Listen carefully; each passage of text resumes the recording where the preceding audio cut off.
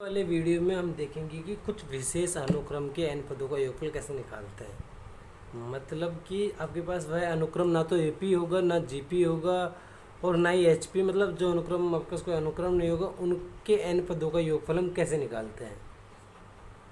तो सबसे पहले हम बिल्कुल बेसिक की बात करते हैं। जैसे कि आपको ये पता है कि आपके पास एस एन में आपके पास दे रखा है कि 1+2+3 अप टू n तक। अगर आपके पास इसमें n टर्म है 1 2 3, मतलब आपके पास क्या है, प्राकृत संख्या है, नेचुरल नंबर है, तो आप इसका सम कैसे निकालते हो। यहाँ पर एक सिंपली एपी का फॉर्मूला लगा के आप इसको निकाल सकते हो। कैसे, ये एपी बन रही है आपके पास यहाँ पर, तो एस एन को कितना बताया था मैंने, n/2। टर्म्स कितनी है, n/2। ए कितना है आपके पास, 1, और एल कितना है आपके पास, n, तो n+1, a+l, n/2 a+l वाला फॉर्मूला लगाया तो आपके पास ये आ चुका है n+1/2। ये आप क्या करना है, आपको ये सिंपल है, इसको आपको क्या रखना होता है, याद रखना होता है। अब हम यहाँ पे दूसरा आप देखेंगे जो आपके पास स्पेशल अनुक्रम नहीं है। जैसे कि 1² + 2² + 3²। अब इनके n पदों का आपको योगफल कैसे निकालना है। अब ये तो आपके पास 1 का स्क्वायर, 2 का स्क्वायर, 3 का स्क्वायर, आपके पास ना तो कोई एपी है ना कोई जीपी है। तो अब इसका आपको सम कैसे इवेल्यूएट करना है। तो आपको इस प्रकार के क्वेश्चंस करने के लिए आप इसमें जो मैं आपको ये मेथड बताऊंगा, आप उसी ये वाला क्वेश्चन भी कर सकते हैं जिनमें आपका स्क्वायर हो, क्यूब हो, पावर 4 हो, फिफ्थ हो, कुछ भी हो। इस प्रकार के क्वेश्चंस के लिए आप क्या करते हैं, जनरल फॉर्मूला बनाने जा रहे हैं, तो उनके लिए आपको क्या करना होता है कि एक आइडेंटिटी आपको क्या रखती है, सर्व समीकरण याद करनी होती है। सर्व समीकरण और समीकरण में डिफरेंस ये होता है कि सर्व समीकरण क्या होती है, हर एक वैल्यू के लिए क्या होती है आपके पास, संतुष्ट होती है, सेटिस्फाई करती है। जबकि समीकरण जो उसको इक्वल 0 कर रहा है उन्हीं बिंदुओं के लिए क्या करता है, सेटिस्फाई करता है। तो मैं यहाँ पे एक सर्व समीकरण लिखता हूँ, n³ - n-1 होल क्यूब। आपके पास अगर स्क्वायर का निकालना है ना, तो आपको n³ - n-1 का होल क्यूब लगा देना है। क्यूब का निकालना है तो n⁴ -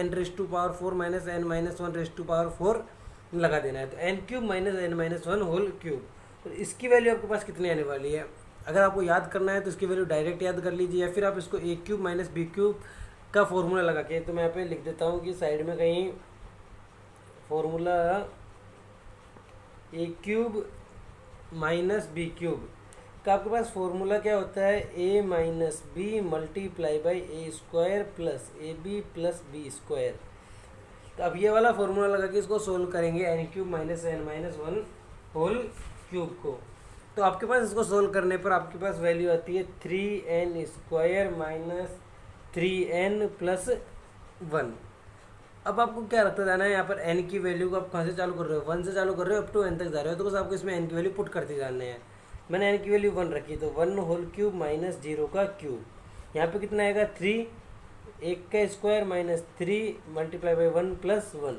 ठीक है, n की वैल्यू आपको क्या रखनी है, 2 रखनी है, तो 2³ - 1 क्यूब।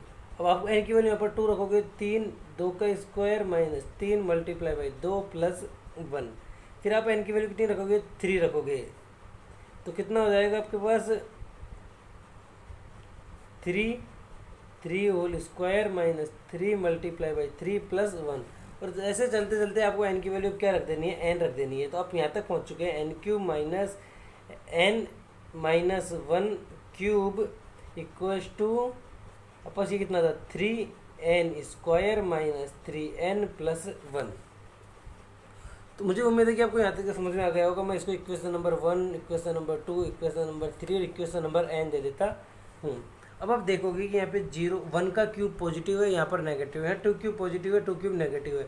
मतलब आपके पास अगर देखो, आप इन सबको क्या कर देना है, ऐड कर देना है। 1 + 2 + 3 आपको n तक ऐड करते जाना है। मतलब इन सबको क्या कर लेना है, सम अप कर लेना है, इन सबको जोड़ लेना है।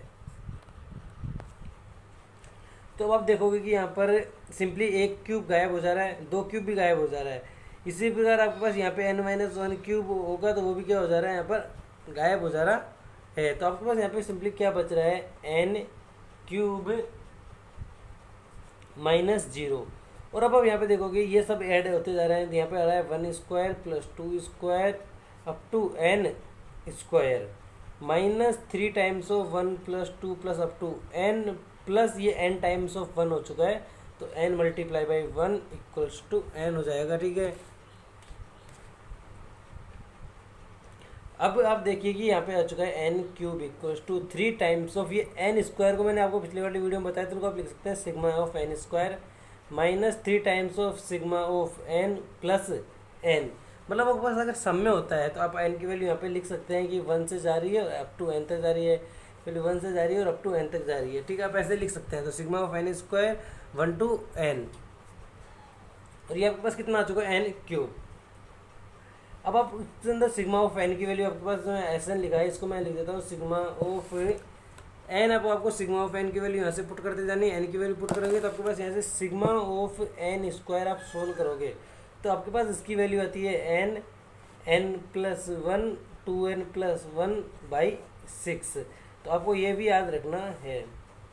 अब आपको मैं एक और बताता हूँ क्यूब के लिए। तो इसमें आप S n equals to a cube plus 2 cube up to n cube तक जाना है। अब आपको इसको भी एज इट इज करना है। इसमें आपके पास क्या फॉर्मूला लगाओगे, n raise to power 4 minus n minus 1 raise to 4। अब इसको आपको क्या कर लेना है, सोल्व कर लेना है। और जब आप इसको सोल्व करोगे तो आपके पास इसका आता है 4n cube minus 6n square plus 4n minus 1। आपको ये वाला इसमें लगा लेना है और आपके पास यहाँ पे सिग्मा ऑफ एन क्यूब की वैल्यू आएगी जो आएगी n n plus 1 divided by 2। आपको क्या कर देना है, पूरे का होल स्क्वायर। आपके पास क्या आ जाएगी, ये वैल्यू आ जाएगी। आपको एन क्यूब तक याद कर लेना है, एन स्क्वायर वाला याद कर लेना है और सिग्मा ऑफ एन याद कर लेना है। फिर आप अगर एन रेस टू पावर 4 आता है तो आप एग्जाम में बड़े आसानी से ऐसे निकाल सकते हो। आपको डेरिवेशन मैंने इसीलिए बताया क्योंकि आपके पास जरूरी तो नहीं है कि एन क्यूब तक गया है, आपके पास एन रेस टू 4 भी आ सकता है। तो आप n raise to 5 minus n minus 1 raise to 5 कर सकते हैं। लेकिन आप बोर्ड के एग्जाम्स में ऐसे नहीं आएगा, 11th के एग्जाम में नहीं आएगा। आएगा तो कॉम्पिटिटिव एग्जाम्स में ही आएगा, जैसे जेई मेंस एंड एडवांस में। अब मैंने आपको ये तो बता दिया, लेकिन अब आप इनको यूज कैसे करोगे। ये थोड़ी ना है कि आपके पास एक क्यूब 2 क्यूब तो एक स्पेशल श्रेणी क्या होगी, तो बोल दो कि आप एक टाइप का है तो आपके पास देखो। वैसे मैंने इसका टाइप भी आपको बता दिया है कैसे करना है, मैंने गुणोत्तर श्रेणी के डेरिवेशन में बताया था आपको। तो आपके पास एक क्वेश्चन है कि 5 प्लस 11 प्लस 19 प्लस 29 प्लस 41 कि आपको n पदों का योगफल निकालना है। तो आप इसको एस एन निकालना है आपको। अगर आप यहाँ पर देखोगे डिफरेंस अगर कितना रहा है 6, यहाँ पर कितने आ रहा है 8, यहाँ पर कितने का आ रहा है 10, यहाँ पर कितने का आ रहा है सॉरी 29 है 12। तो आपके पास ये आपके पास क्या रहेगी, आप देख सकते हैं यहाँ से आपके पास कोई ना तो एपी बन रही है, ना कोई 5 11 मतलब 11 दूना 22 ऐसी कोई जीपी भी नहीं बन रही है। ना तो आपके पास ये एपी है, ना आपके पास ये कोई जीपी है। तो आप इसको कैसे सोल्व करोगे, तो मैं बताता हूँ। इसको सोल्व करने के लिए आपको एस एन को एच जी टी लिख लेना है 5 plus 11 plus 19 plus 29 up to A n minus 1 and a n. और एस एन को आपको एक टर्म आगे शिफ्ट करके भी लिख लेना है 5 प्लस 11 प्लस 19। आप बोलोगे इससे क्या फ़र्क पड़ता है, जैसे मैंने आपको पहले बताया था गुणोत्तर श्रेणीवार के डेरिवेशन में हम इसको आर से मल्टीप्लाई करके घटा देते थे, लेकिन हमारे पास ये कोई गुणोत्तर श्रेणी नहीं है तो मैंने इसको ऐसे ही लिखा है एस एन, जबकि गुणोत्तर श्रेणी के डेरिवेशन में मैंने एक टर्म इसको शिफ्ट की थी। तो अब आपको क्या करते हैं, इसको घटा देना है। तो आपके पास S N minus S N 0, 5 as it is रहेगा प्लस 11 माइनस 5 6, 19 माइनस 11 आपके पास कितना आ चुका है 8, 29 10 प्लस 12 आपके पास एज इट इज चलता रहेगा। और आपके पास ये कितने टर्म से ये 1 टर्म हो चुकी है, तो आपके पास यहाँ पे कितनी टर्म बचेगी n माइनस 1 पद आपके पास और बचेंगे, क्योंकि आपने एक पद यहाँ पे निकाल लिया, n पद है, घटाने पर भी n पद ही रहेंगे, पदों की संख्या कम नहीं होगी। तो आपके पास ये n माइनस पदों तक क्या हो चुकी है, आपके पास एक समांतर श्रेणी बन चुकी है और अब इसका आप योगफल निकालना जानते होंगे। एंड एक्चुअली मैंने इसको यहाँ पे घटाया है 11 माइनस 5 19, ये आपके पास हो चुका है 29 के यहाँ से हो चुका है, लेकिन आपके पास यहाँ पे एक लास्ट में माइनस ए एन बच चुका है, तो मैं इसको लिखना भूल गया था अभी। तो आप इसको क्या करोगे, इधर ले आओ, तो A N equals to A N आपके पास क्या होता है जनरल टर्म। आपके पास ये क्या बन चुकी है, एक ए पी बन चुकी है 10 plus 12 up to n minus 1 term होंगी इस वाली ए पी में। अब आपको क्या करना है कि इस वाली ए पी के सम करने का फॉर्मूला लगाना है, जो मैंने आपको बताया था ये था कि n/2 2a plus n minus 1/d। तो अगर आप इसको सोल्व करेंगे तो आपके पास ये हो जाएगा 5 प्लस, इसको आपको क्या करना है उसी मेथड से सोल्व करना है। तो आपके पास इसकी वैल्यू आएगी n minus 1 multiply by n/4 n minus 4, और आप उसको पूरे को सोल्व करेंगे तो आपके पास ये कन्वर्ट हो जाएगा n square plus 3n plus 1। अब आपको क्या कर देना है, सम कर देना है। तो आपको यहाँ पे लिख देना है S n equals to sigma a n. कैसे? आप एन की वैल्यू यहाँ पर रख दीजिए, 1 टू के तक जाना है आपको, मान लो कि के टर्म तक निकालना है, तो आपके पास कितना होगा A1 plus A2 plus A3। तो आपके पास ये क्या हो चुका है, तो कैसे समित हो चुका है। यहाँ पे आप एन की वैल्यू डालोगे तो आपके पास A1 A2 A3 आपके पास आ जाएगा। कैसे मैं बताता हूँ, आप एन की वैल्यू 1 डालोगे तो कितना बनेगा, 1 प्लस 3 प्लस 1 तो कितना हो चुका है 5, प्लस एन की वैल्यू आपने 2 डाली तो 2 दूनी 4 और 5 और 2 6 11। फिर एन की वैल्यू आपने अगर 3 डाली तो 3 3 9, अब तो कितना बन रहा है 19। तो आपका सी क्या बन चुका है, एक ऐसे एपी बन चुकी है। आपने इसका क्या करना है कि इसका व्यापक पद ए एन निकाल लिया है। अब एस एन को आपको N square plus 3n plus 1 में लिख लेना है। तो एस एन के लिए आपके पास फॉर्मूला हो चुका है कि सिग्मा ऑफ ए एन, तो sigma of n square plus 3n plus 1। तो आपके पास ये हो चुका है कि sigma of n square plus 3 constant को आप बाहर निकाल सकते हैं प्लस सिग्मा ऑफ 1। और आपको यहाँ पे कितने टर्म बार निकालना है, एन बार। तो एन स्क्वायर के लिए मैंने आपको फॉर्मूला बताया था, n plus 1 2n plus 1/6 plus 3 times of sigma n के लिए मैं बताया था आपको एन प्लस 1/2 और 1 को आपको अगर एन टाइम्स ऐड करोगे तो कितना आने वाला है एन। तो आपके पास ये एस एन, इसको अगर आप पूरे को सोल्व करोगे तो आपके पास ये सोल्व करने पर आता है n plus 2 n plus 4 divided by 3। हो सकता है आपको ये क्वेश्चन समझ में नहीं आया हो, मैं इसीलिए आपको क्या करता हूँ कि इस क्वेश्चन को आपको थोड़ा सा वापस समराइज करने की कोशिश करता हूँ। मैं आपको वापस ये क्वेश्चन रिवाइज करवा देता हूँ। देखो आज की वीडियो लेक्चर में हमने पढ़ा था कि विशेष अनुक्रम के n पदों का योगफल निकालना था। फिर हमने बोला एस एन आपके पास प्राकृत संख्या है 1 2 3 अप टू n, उसका अपने सीधे AP के फॉर्मूले से आपके पास सम आ चुका है n/2 n प्लस 1, और इसको अपने सिग्मा n टाइम n के लिए लिखा था। इसका व्यापक पद की आप वो निकालोगे जनरल टर्म, वो आपके पास आती है n, तो आपने इसको लिखा sigma n equals to S n equals to n plus 1/2।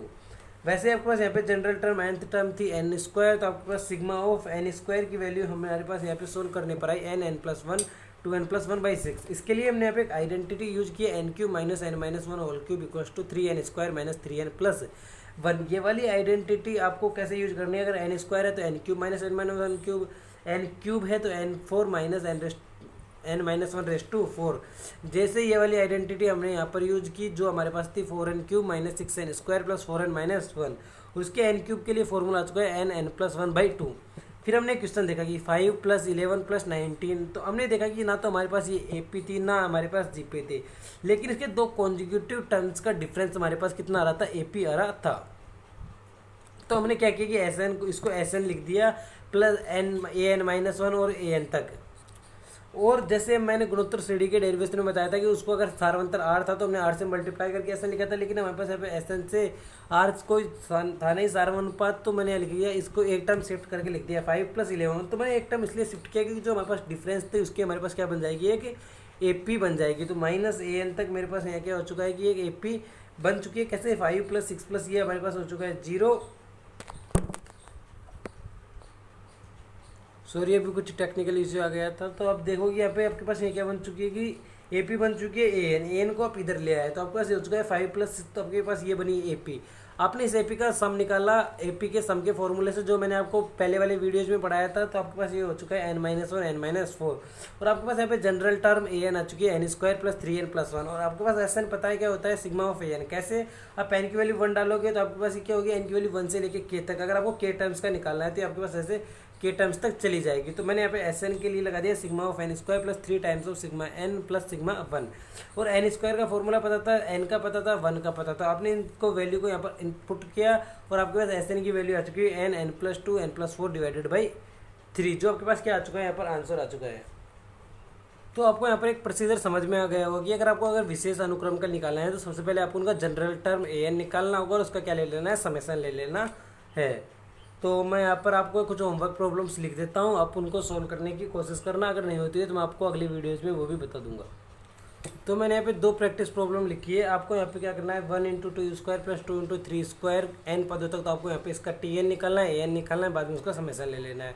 और दूसरे क्वेश्चन में आपको क्या करना है, प्रूव करना है कि 1 square plus 2 × 2 square plus 3 square plus 2 × 4 square n पदों तक, अगर इसमें n की वैल्यू आपके पास सम है तो आपके पास n की वैल्यू सम है तो आपके पास आने वाला है n प्लस 1 स्क्वायर बाई 2। और अगर आपके पास n की वैल्यू विषम है तो n स्क्वायर n प्लस 1/2 आएगा। आपको हमारा वीडियो पसंद आया तो वीडियो को लाइक करें, चैनल को सब्सक्राइब करें। Thank you.